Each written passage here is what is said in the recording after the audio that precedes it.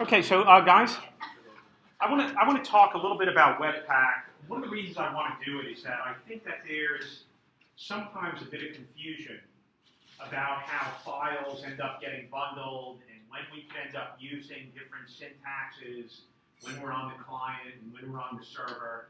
And I want to make a little bit of a use case for using some type of tool, and I want to do it again. I how I am. I like to really sort of start things from scratch.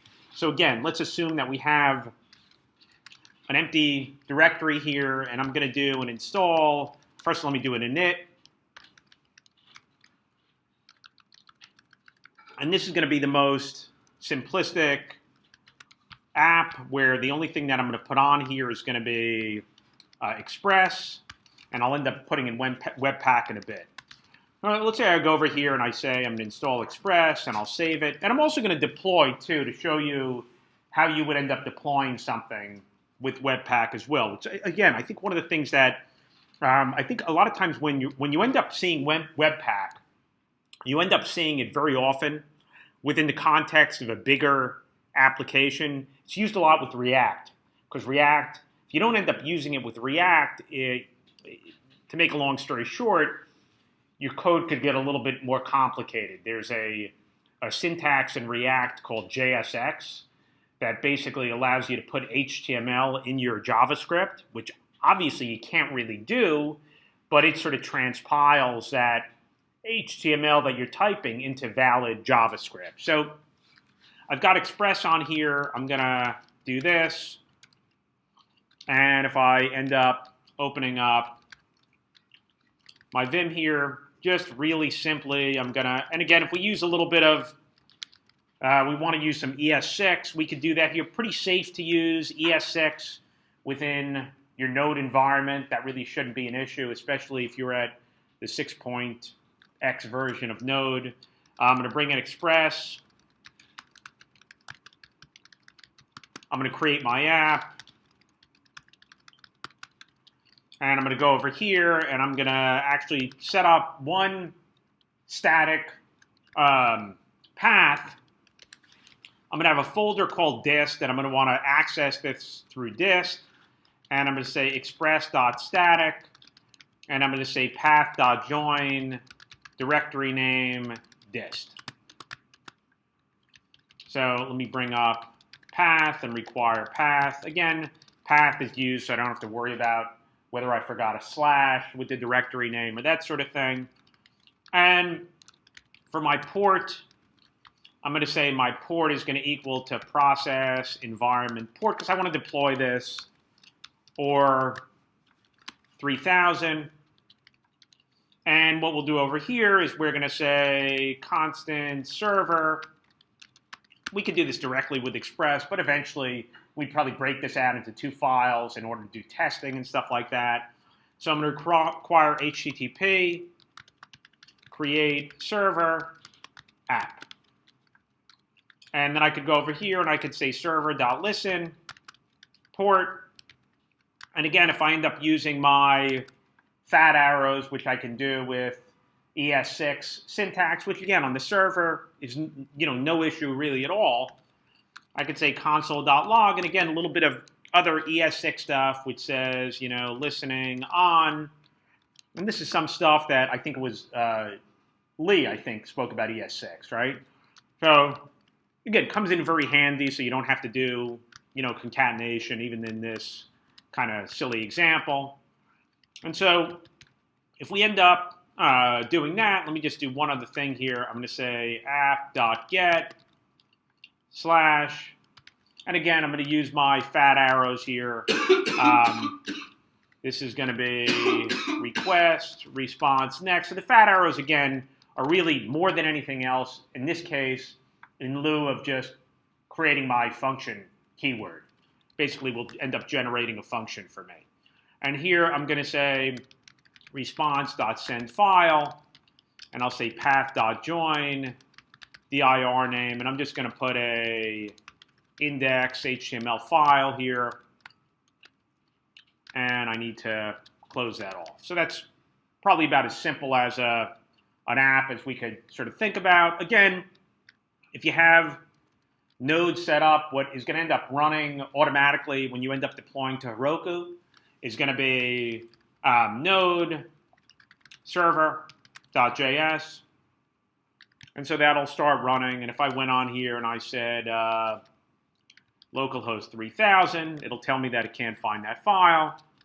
But if I go over here and I add that file, now I could go in here and I'll go here and here. And I'm not really even going to be putting anything in the body.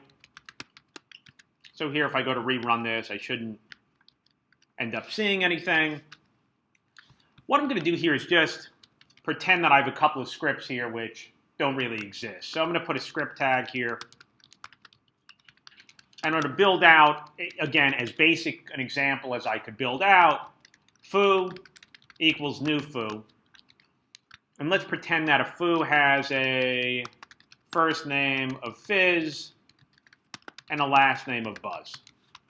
All right. Of course, when I go and do that, there's nothing else on this page. I go to rerun this, and I go over here, and I look at my console. I'll find out that foo doesn't exist. And we'll remedy that pretty easily by going over here, and we'll set up a source. And this is going to be /dist foo.js. And again, we set up that static directory here. So I'm going to create dist. And I'm going to add foo.js. And I'm simply going to go over here and create my constructor function. And that error should end up going away. And we'll just add a little bit of functionality here by going in here and saying, hey, look, console.log foo.fullname. All right, of course, if we went back here, we would see that we get a JavaScript error. Full name doesn't exist. But we could go over here, and eventually we're going to use some ES6 goodness, but we're not going to use it right now. And I'm going to go over here, and I'm going to say foo.prototype.fullname equals a function. And what I'm going to do is I'm going to pass in a configuration object here.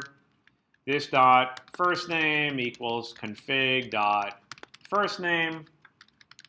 This dot last name equals config dot last name. And here I'm just going to return this dot full name plus this dot last name. Okay. Again, we're using stuff in the browser. I'm not, although I could, that interpolation might work depending on the browser.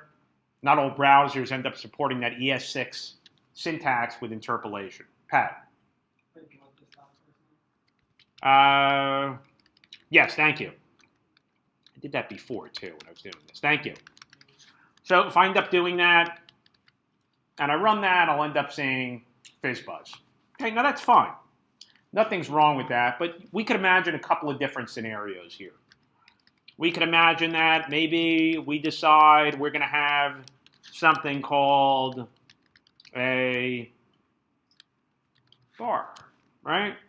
And we're going to create a new bar, and bar is very similar to a foo. We can imagine that if we did that, we'd be back in errorland, that bar doesn't exist.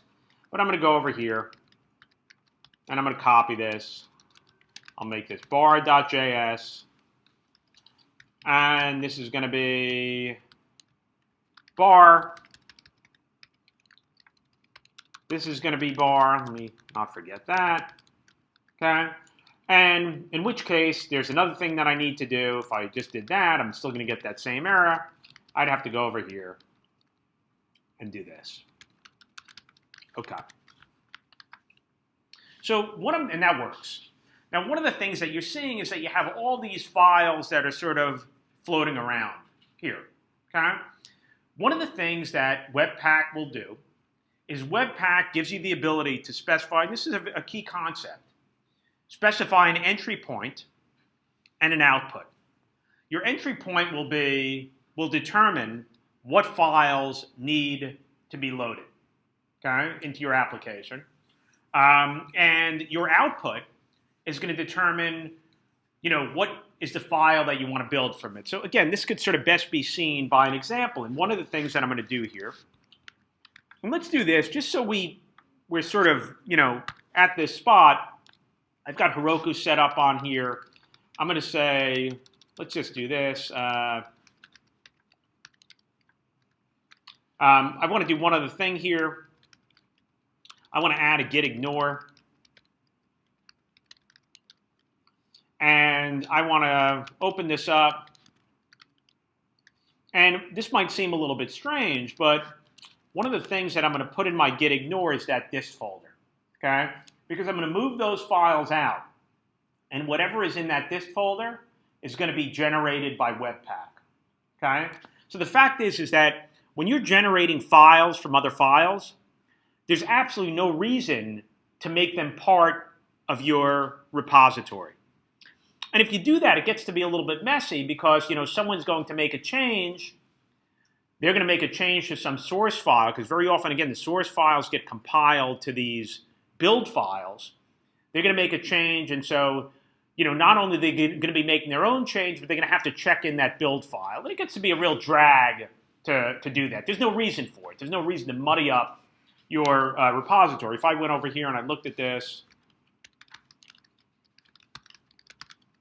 I would see that my dist folder doesn't show up, which is, exactly what I want. But what I'm going to do here is I'm going to say npm install Webpack, and I'm going to save it. And I'm not going to save it as a development environment because one of the things that's going to happen, and there might be ways around this, is that when I end up pushing this up to Heroku, is that when an npm install gets done, your dev dependencies don't get installed. Okay? I need this Webpack because I want this to run after it does npm install. I want it to end up using Webpack, and I want it to generate my files for me. So I'm doing a regular save. I'm not doing a save dev. And I'm going to save this.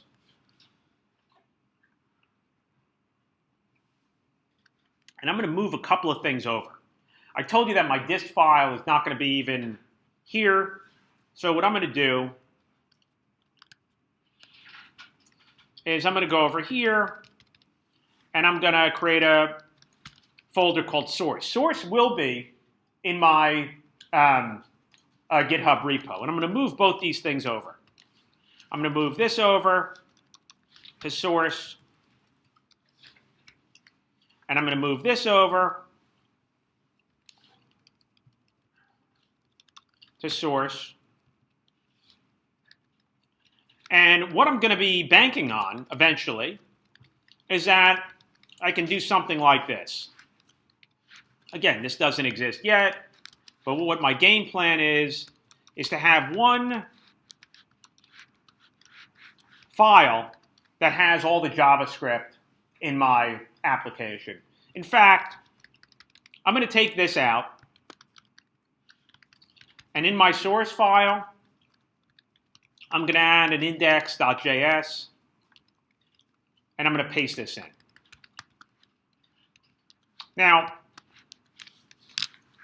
what my goal here is, my goal is to basically be able to build a file that has not only this, but also pulls in my foo and my bar.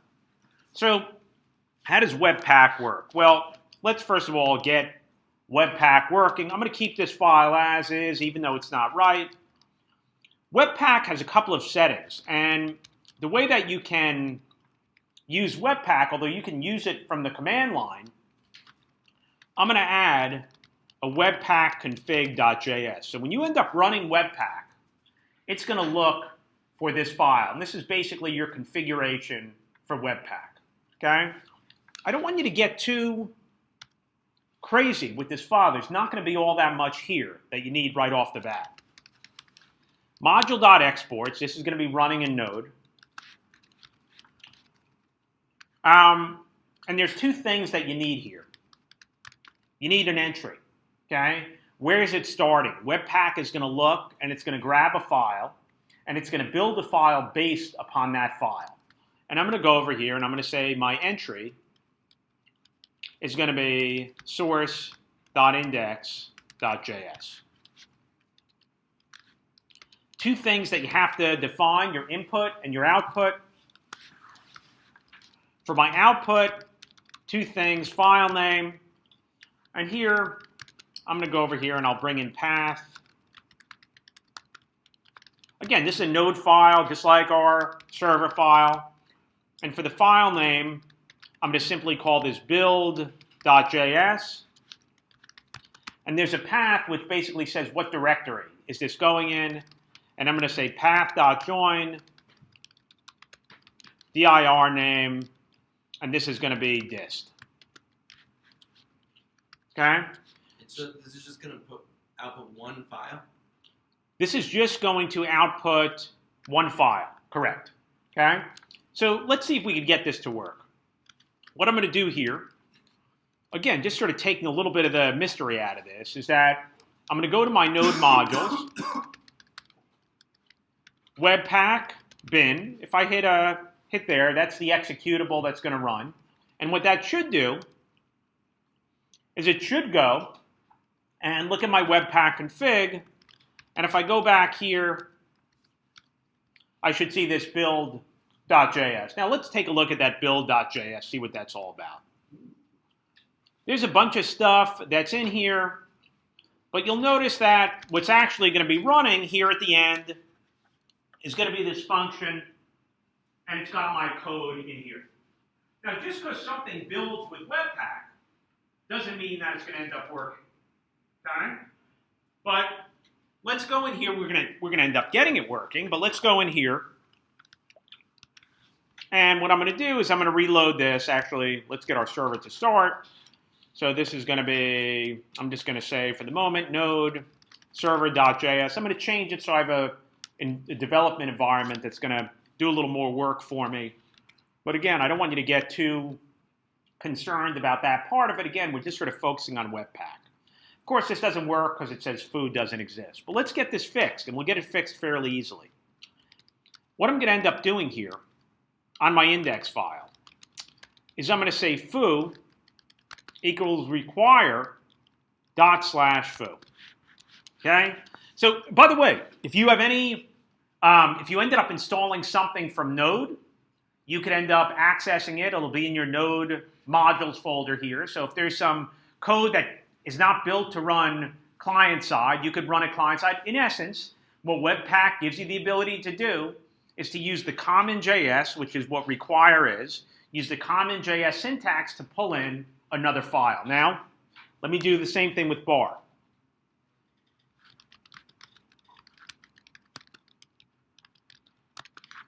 Okay?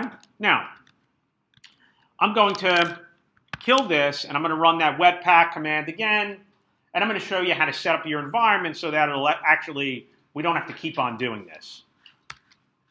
I'm going to run that, okay? And I'm going to go over here. Let's actually open up our folder and look at our build, and we'll see that we've got other modules here, okay? So what it basically is doing is it's giving you the ability to use this require JS syntax, okay, to build these other files. Here's our foo, here's our bar, and here's our code that's in our index file. Let's go over here and let's just see what happens when that runs. And again, this is not going to be running at the moment, but let's go over here. And before we end up doing that, if I could keep on doing this, but let me make one minor modification to it to make my life a little bit easier. What I'm going to do here, again, this is just a little bit of development to make your life a little bit easier. You could add this. So I'm going to do a start dev. And when I do start dev, what I'm going to do is I'm going to say /node modules Webpack bin, and this is going to be Webpack JS. Okay? And what I want to do is I not only want to run Webpack, but I also want to watch it so that if I make any file changes, it'll run again. Now, one of the things you could do with your commands here, this is important, is that you could run two commands by using this symbol and specifying nodemon server.js. You could do that. But this never quite works because what ends up happening is that when you do a watch, you're watching. You're never really ending that task.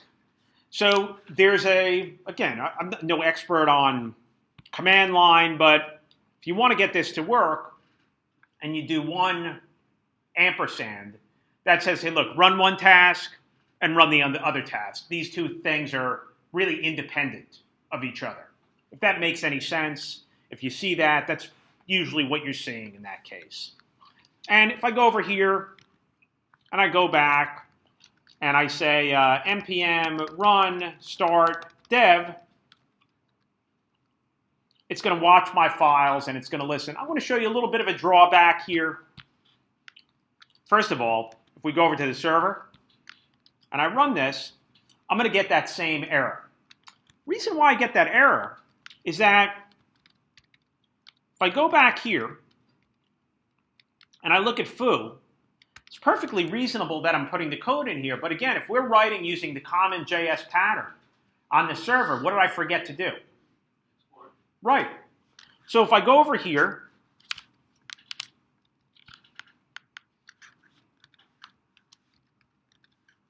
and I say module exports equals foo, and I go here, notice every time, by the way, I want to just point this out, which is a little bit screwy. Notice that it's rebuilding my files. Notice my server is starting again. I really don't need my server to start again. And don't forget, files are going to be changing in two spots. I don't need my server to start again with nodemon when something changes in my source, because that's my source for my client files. So one thing that I'm going to do here is just to sort of show you this. These are things that I think, again, you build out a little bit at a time. Again, at the beginning, it's not that big a deal, but it just gets to be a little bit annoying after a while. And I'm going to say ignore, and I'm going to say, hey, look, ignore.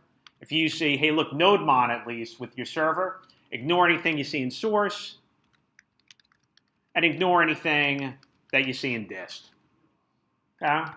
And I'll save that, and I'll go back and run this command again. And by the way, now if I go back here, you'll see it's not foo that's a problem. Foo works, but bar doesn't work because what did I forget to do with bar? Export it. So module.exports equals bar. That should rebuild. Again, notice that my server is not restarting. By the way, all kinds of gulp tasks you can do to get this to work. It ain't all that complicated. You don't necessarily need to start pulling in gulp and pulling in other frameworks to do this. I mean, if you think about it, really, and this is kind of the beauty of this thing, is that the only thing really that we had to go and configure is this file. Okay? And again, you might have to remember what the syntax is for that. That's fine. But again, not all that incredibly complicated. And so the goal is that you only have one script? That's one goal. It's not the only goal. It's one of the goals. Okay? We'll talk about what the other goals are too. Again, if I end up bringing something in, let's do a couple of different things. There's a library that's called Camelize, which will basically do camel case of some values. So let's, just for the sake of argument, let me make sure I'm exporting both of these things. There's bar, there's foo. Just for the sake of argument with foo, what I'm going to do here is I'm going to say camelize equals require camelize. Now again, I don't have this installed anywhere. And if I go over here, what I'm going to do is I'm going to say this.camelize, not camelize, I'm just going to camelize the first name and last name. See what happens. Okay? Again, I get an issue here, says I can't find camelize. Well, it's true. Let's go in here and you could look at this module. It's not really anything all that fancy. In fact, we could look at the code when we look at what ends up going into our build file. I'm going to say npm install camelize, save. Okay? I'll go back here. I'm going to kill this so that it'll build. Now it's going to find Camelize, so now I should get a little bit of a different result, and it doesn't look like it's really camelizing. Let's just take a look, I think, because with Camelize, let me put an underscore here. So this should rebuild. And you can see now I've got a camelized version. Again, that's pretty sweet, guys, because Camelize is not something you could end up using on the client, okay? So again, Webpack does a bunch of different things. Webpack, first of all, can take all your files, okay, and put them into one file. Webpack can end up using your server-side dependencies, and again, it's allowing you to do this because it's allowing you to use require JS syntax. Let me also just be clear about something else. If we go over here and we do a dist build.js, and I'm going to open this up. I just want to be clear about something, is that this is our Camelize. Okay? This is our Camelize library. Again, if the library was big, it would end up bringing in a pretty big library. But, you know, this is the nature of the beast. I mean, first of all, if you have a web application, it's going to be one file. You can minimize that file. You can uglify that file to get your variables names down. And you can get it to be a very, very small file. On top of that, you could actually host that file if you wanted to on some CDN somewhere that would make it, you know, almost instantaneous to pull down, because in the end, it's going to end up turning out to be a static asset somewhere, okay? I just want to do one other thing for you here. You know, again, it's kind of smart here. If I was to go over here and say, I know this is kind of boring.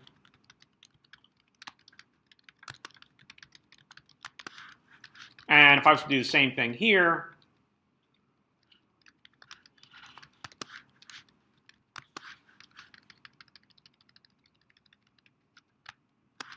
I guess just to make it a little bit different, let's do this.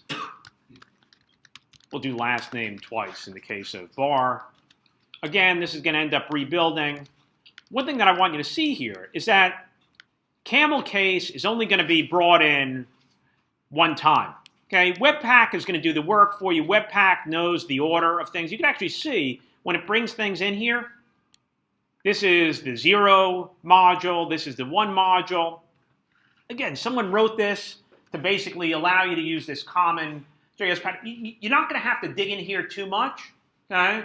But if there's something that you don't understand, you could always go in and you could end up looking at the code. How come that's not making it in there? What's the issue? That sort of thing. Okay, now we have this. Let's actually, now we're here, okay? Let's do one thing over here. Let's look at our git.status, okay? Notice my dist file is not here. I'm going to add everything here.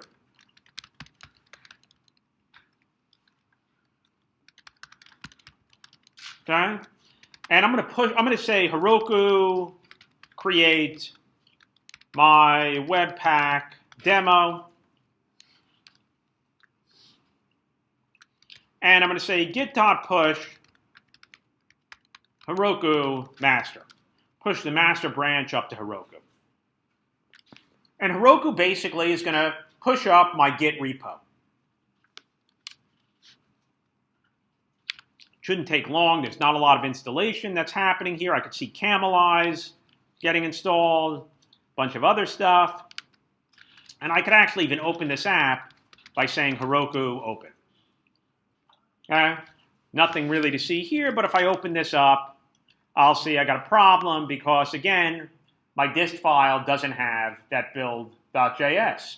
So again, very simple thing to do for Heroku is Heroku, and just like any of these other deployment sites or hosts that you have when you're able to push things up from Heroku, there's a push things up from command line, or however you end up doing it. You have the ability to do a post. So there's an npm install, which will automatically get called. And then actually, this will work for any task. Okay? Post install, if we did a post test, this would run after test ended up running. And real simply, node modules, Webpack, bin, webpack.js. Run this after you install. Okay? There's nothing to watch. Okay? It's going to go up to the server. It's going to run Webpack, and it's going to create that build file. Now, if I go back here, git.status, I'll see that package JSON changed.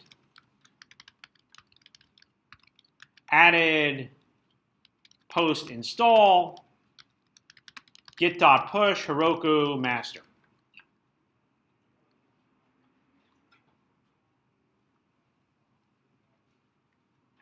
Great. You can see after it's done, let's see where it's running. Yeah, you can see that it ended up building this file. Now if I went back here, that will end up working just as well. So again, you want it when you have these processes, deploy early, deploy often, you'll end up catching things. I want to do one other thing, and I want to talk about the process of loaders. So one of the things that you have with ES6 is you have the concept of classes. And what this gives me the ability to do is to do something like this. Class bar. And when you set up classes, what this does is ES6 has the concept of a constructor. So when you call new, the constructor gets called. I know this is a little bit of a weird syntax. Takes a little getting used to, but that's okay. And we'll go over here and we'll pass in our config. And instead of having to put a prototype here, it allows us to do something like this. So basically, this class, constructor, is what gets called when you call new. We could add methods on this.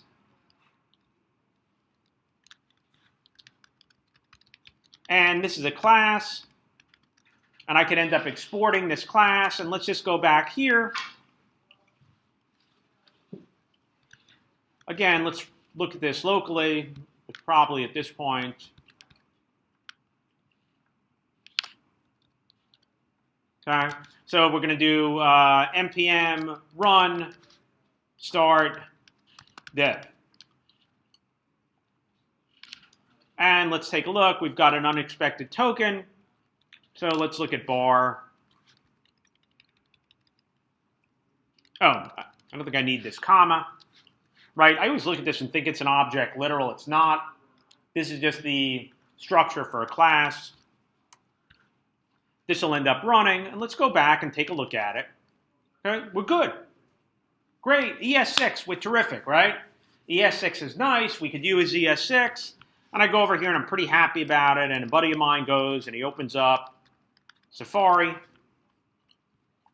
And he goes over here and he pastes this in. And if I open this up, I get, actually surprised that works. It's a little disappointing. Why I didn't expect that to work is another story. Let's actually look at some code here. Let's just say for a minute, we're going to go in here and I'm going to say dist build.js. So one of the things that you're seeing here, so I guess Safari wasn't blowing this, which I expected it to do.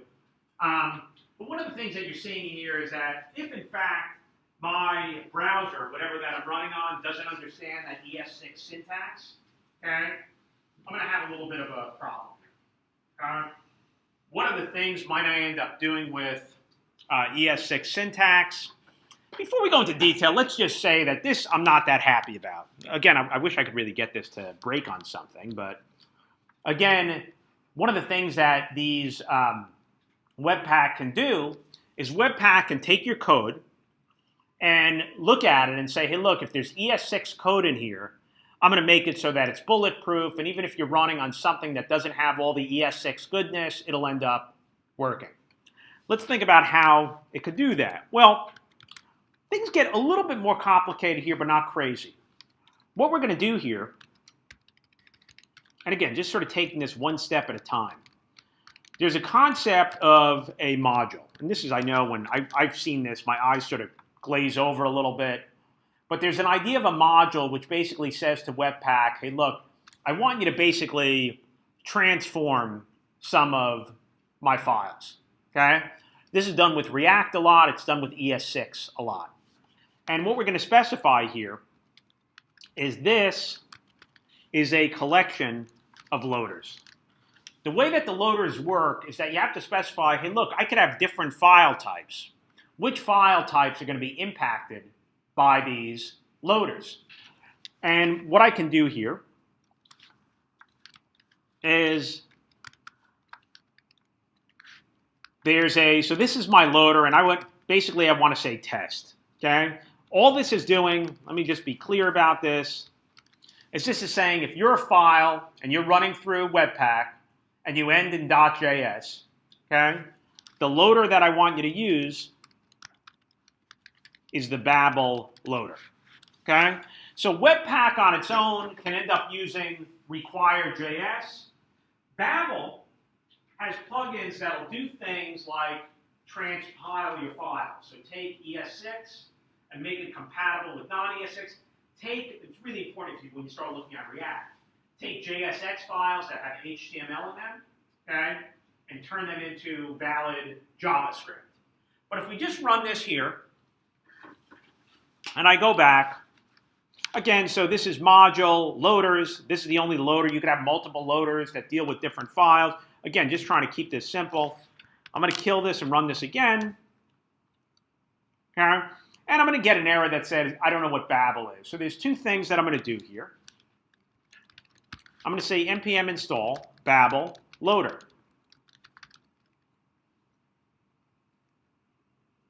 And let me actually, I save that. Now you see it says there's a dependency that I don't have, which is Babel core, just in case I didn't notice that. Now it's going to tell me that it can't find Babel core. So I'll go back over here, and I'm going to say install Babel core, save.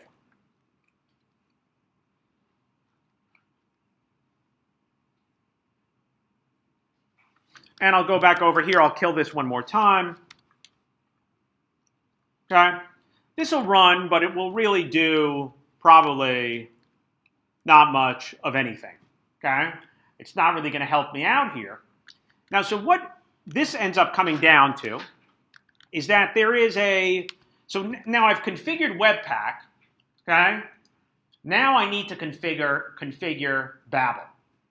And the way that you end up configuring Babel is that I'm going to do a touch of a Babel RC file. So where you have Webpack config, Babel RC is the configuration that Babel ends up looking for. I'm going to open it up. And I'm going to go over here.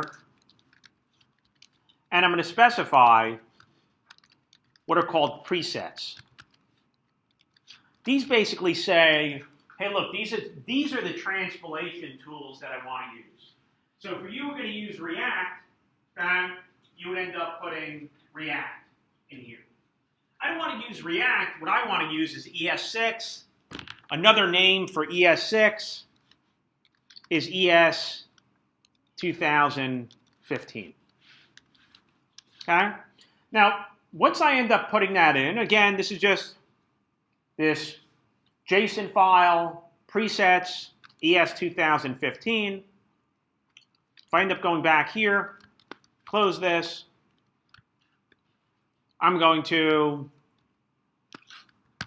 run this again. Okay? And I get a different error message. It says, hey, look, I can't find this preset of ES 2015.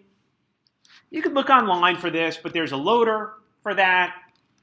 npm install. So all of these sort of go, it's presets. I always have to, again, I like to sort of memorize some basic stuff.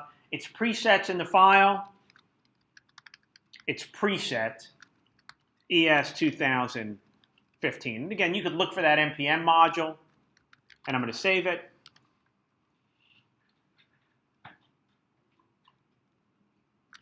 And I'm going to go back here and run my start dev again. My address is in use. Let me kill one of these things. Now this runs, and the only thing that I want to get at here is if I open this up again, you'll see that there's all this other stuff here, just in case my browser didn't end up supporting ES6. It also allows me to do one other thing that I just want to point out, that depending on, you'll end up seeing it, it's a little bit of a different syntax. So first of all, let's make sure that this works. Okay? And I just want to show you one other syntax that you're going to see. Again, one of the other things here is that you're going to see these tools being used. You're going to see this syntax. Again, Webpack and Babel basically are making it so that this can be used on both the, it's really used for the client-side environment more than anything else. There could be some things that aren't supported server-side, but usually Node is pretty good with supporting ES6. Again, the wild card is whether or not your particular browser understands ES6. So let's go over here. I'm going to make just a couple of quick mods here. I'm going to do this a little bit differently here. I'm going to say import foo from foo. Now, which one do you like better? The top one or the one underneath it? I don't know. It's a little bit less typing, right? One of the things that import allows you to do is import allows you to basically export more than one thing, which is kind of interesting, okay? You don't have to go nuts with it. You could start looking at it, but one of the things that should happen here, by the way, I think that this actually should still work. Import, no, so my syntax was wrong. Import foo, I don't need an equal sign. From foo. Okay? If I run this, this works exactly the same way, but if I really wanted to use this syntax when I'm exporting, instead of saying module.exports, what I could do is I could say export, different syntax, default, foo. That means, so what this means is that when you end up importing from foo, okay, by default, you're going to get my foo function. Okay? But you also have the ability to export other things as well. Again, my big take on showing you this is not that you have to use it, but you're going to see it for sure when you start looking at some other frameworks that are a little bit heavier with ES6. So if I go over here, let me show you what I'm going to do here. This should work the same way. By the way, I think under the covers, Webpack takes import and just uses require. At least that's what I'm told. Okay? Not important. The important thing is that you want to be able to write your code the way that you want to write it. You know that this is valid ES6. I want to use valid ES6. I don't care if it's running in the browser. Well, you can. Okay? What I want to do also here is I'm going to do one other thing. So I'm going to go up to this file, and for my foo, I'm going to go over here and I'm going to say default first name. Of course, if I go to do that, and I go back here, this will end up blowing up because default first name doesn't exist. But let's say that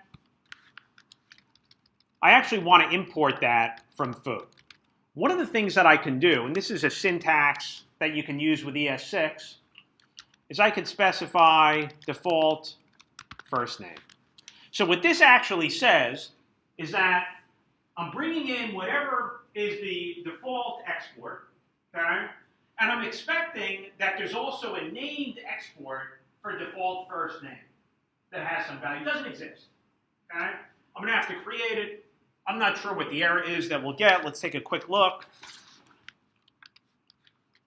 Okay? Gives me undefined. I don't want undefined, okay? What I want to do here is I want to go back to foo.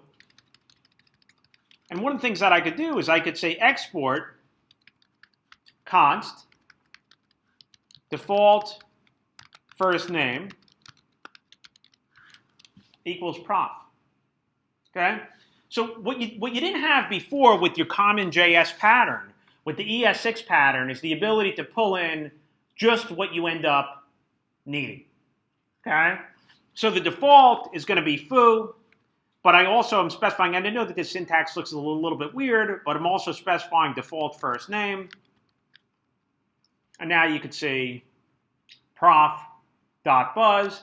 And just to be sure that this is working properly and that we didn't do anything too magical, let's add this. Added ES 2015 support. Git top push Heroku master.